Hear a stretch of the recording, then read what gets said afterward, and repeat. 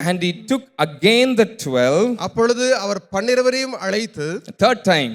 மூன்றாவது முறையாக Began to tell them what things should happen unto him. தமக்கு சம்பவிக்க போகிறவைகளை அவர்களுக்கு மறுபடியும் சொல்ல தொடங்கினார். Saying, இந்த இடத்துல திரும்பவுமாக behold, we go up to Jerusalem, அவர் எருசலேமுக்கு பிரயாணம் போகையில் and the Son of Man shall be delivered unto the chief priests, மனுஷகுமாரன் அவர் பிரதான ஆசாரியர்களிடத்தில் ஒப்புக்கொடுக்கப்படுவார், and unto the scribes, அந்த வேதபாரகர்களிடத்தில் ஒப்புக்கொடுக்கப்படுவார், and they shall condemn him to death, அவர்கள் அவரை மரண ஆக்கினைக்குள்ளாக தீர்த்து, and shall deliver him to the Gentile, புத தேசத்தாரிடத்தில் ஒப்புக்கொடுப்பார்கள், and they shall mock him, அவர்கள் அவரை பரியாசம் பண்ணி, scourge him, அவரை வாரினால் அடித்து, spit him, அவர் மேல் துப்பி, kill him, அவரை கொலை செய்வார்கள், and third day he shall rise again. ஆகிலும் மூன்றாம் நாளில் அவர் உயிரோடு எழுந்திருப்பார் என்றார். Now even more detailed message on the cross. இந்த இடத்துல இன்னும் சிலுவை குறித்ததான ஒரு இன்னும் தெளிவான செய்தியை இயேசு கிறிஸ்து கொடுத்தார். What is going to happen to him? அவருக்கு என்ன சம்பவிக்க போகிறது என்பதை குறித்து, The message of resurrection.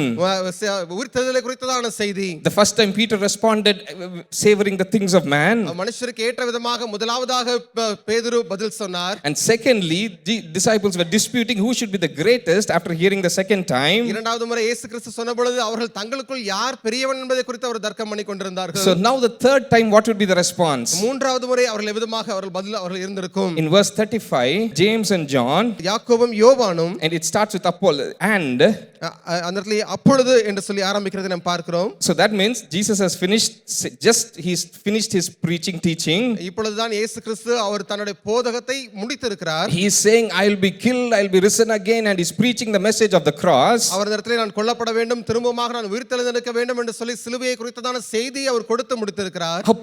And அப்பொழுது James and John the son of Zebedee come unto him saying, செபதேயுவின் குமாரனாகிய யாக்கோபும் யோவானும் அவரிடத்தில் வந்து, Master, we would that thou should do something for us.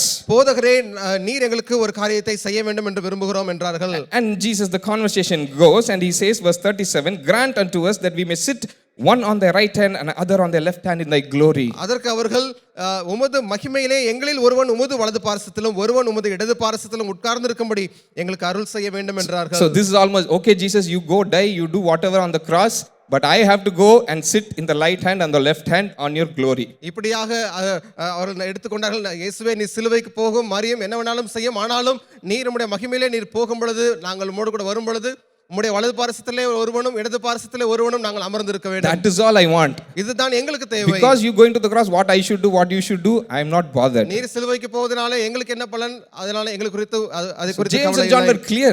இந்த இடத்தை செபதேயுவின் குமாரனாகிய யாக்கோபு விதமாய் சொன்னார். After hearing the message, செய்தியை கேட்ட பிற்பாடு, and Jesus is so much describing, he is saying they shall mock him, scourge him, spit him, kill him, third day he shall rise again. இயேசு கிறிஸ்து மிக தெளிவாக அவரை பரியாசம் பண்ணுவார்கள், வாரினால் அடிப்பார்கள், அவர் மேல் துப்புவார்கள், அவரை கொலை செய்வார்கள், மூன்றாம் நாளிலே நான் உயிரோடு எழுந்திருப்பேன் என்கிறதான செய்தியை கொடுத்தார். They could have even asked, so what should we do, why are you saying this to us? அவர்கள் இவ்விதமாக கூட கேட்டிருக்கலாம், ஆண்டவரே இவைகளை எல்லாம் எங்களுக்கு சொல்லுகிறீரே, நாங்கள் என்ன செய்ய வேண்டும் என்று சொல்லி கூட கேட்டிருக்கலாம். No, but they said we want to be in eternity in left and right, we need that. Now not in the earth they forgot the greatest, now they want to be greatest in there. ஆனால் இப்பொழுது அவர்கள் பூமிக்குரியவைகளை எல்லாம் மறந்து விட்டார்கள். நித்தியத்திலே உம்மோடு கூட வலது பார்சத்திலே உம்மோடு கூட ஒருவனும் இடது பார்சத்திலே ஒருவனும் நாங்கள் உட்கார்ந்து இருக்க வேண்டும் என்று சொல்லி, but Jesus did not even rebuke them, he was continuing the conversation. ஆனால் இயேசு கிறிஸ்து நிறுத்தவில்லை, அவர் தொடர்ந்து அவர்களோடு கூட சம்பாஷித்தார். But that is not the point here. இந்த இடத்திலே இதை குறித்து நாம் பார்க்க போவதில்லை. So in the three consecutive chapters of Mark, இந்த இடத்திலே இந்த மூன்று மார்க் எழுதின சுவிசேஷத்தில் நடந்த சம்பவங்களை நாம் பார்க்கும்போது, when the message of the cross was preached,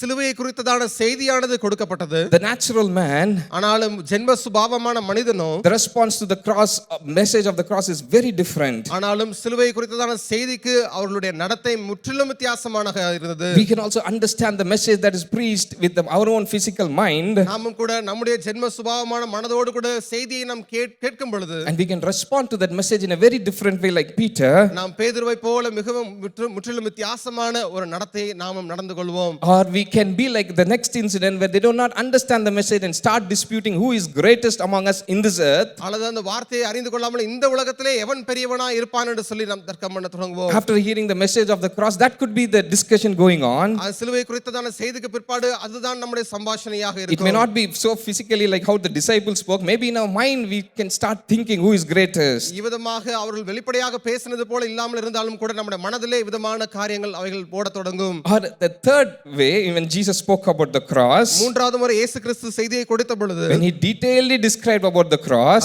சிலுவையை குறித்ததான மிக தெளிவான விளக்கத்தை அவர்களுக்கு கொடுத்து கொண்டிருந்த பொழுது we could say, okay, I do not know what's happening because of the cross in this earth. I want to be there left and right beside you, O Jesus. சிலுவையை குறித்ததான காரியங்கள் இந்த உலகத்தில் எப்படி சம்பவிக்க போகிறது என்பதை குறித்து நான் கவலைப்படுவதில்லை. ஆனாலும் நித்தியத்திலே நான் எப்படியாக இருக்க போகிறேன் என்பதை குறித்து யோசித்தார்களே அது போல நாம் யோசிக்கின்றோம். And for that, what should I do here? That's not the requirement. அதற்கு நான் இந்த உலகத்திலே என்ன செய்ய வேண்டும் என்று சொல்லி யோசித்திருந்தால் கூட நலமாக இருந்திருக்கும். அப்படியாக கூட செய்யவில்லை. So how are we responding to the message of cross today? இந்த நாளிலே சிலுவையின் செய்திக்கு நாம் எவ்விதமாக நாம் மறு செயல் அல்லது நடத்தை நாம் காண்பிக்கிறோம். And what is the response, actual response to the message of the cross? அல்லது சிலுவையை குறித்தான செய்திக்கு உண்மையாக எவ்விதமாக நாம் மறு உத்தரவு அல்லது பதில் நடத்தை நாம் செய்ய It வேண்டும். looked very strange that when Jesus spoke thrice about the cross, the response by the disciples were very different. மூன்று முறை இயேசு கிறிஸ்து சிலுவையை குறித்ததான செய்தியை கொடுத்த பொழுதும் மூன்று முறையும் சீஷர்கள் நடந்து கொண்டதான விதம் அது மிகவும் வினோதமானதாக இருந்தது. Mark 8:31, Mark 9:31 and Mark 10:32. Mark 8ஆம் அதிகாரம் 31ஆம் வசனம், 9ஆம் அதிகாரம் 31ஆம் வசனம், மார்க் 10ஆம் அதிகாரம் 32ஆம் வசனத்தில் முற்றிலும் வினோதமாக இருந்ததை நாம் பார்க்கிறோம்.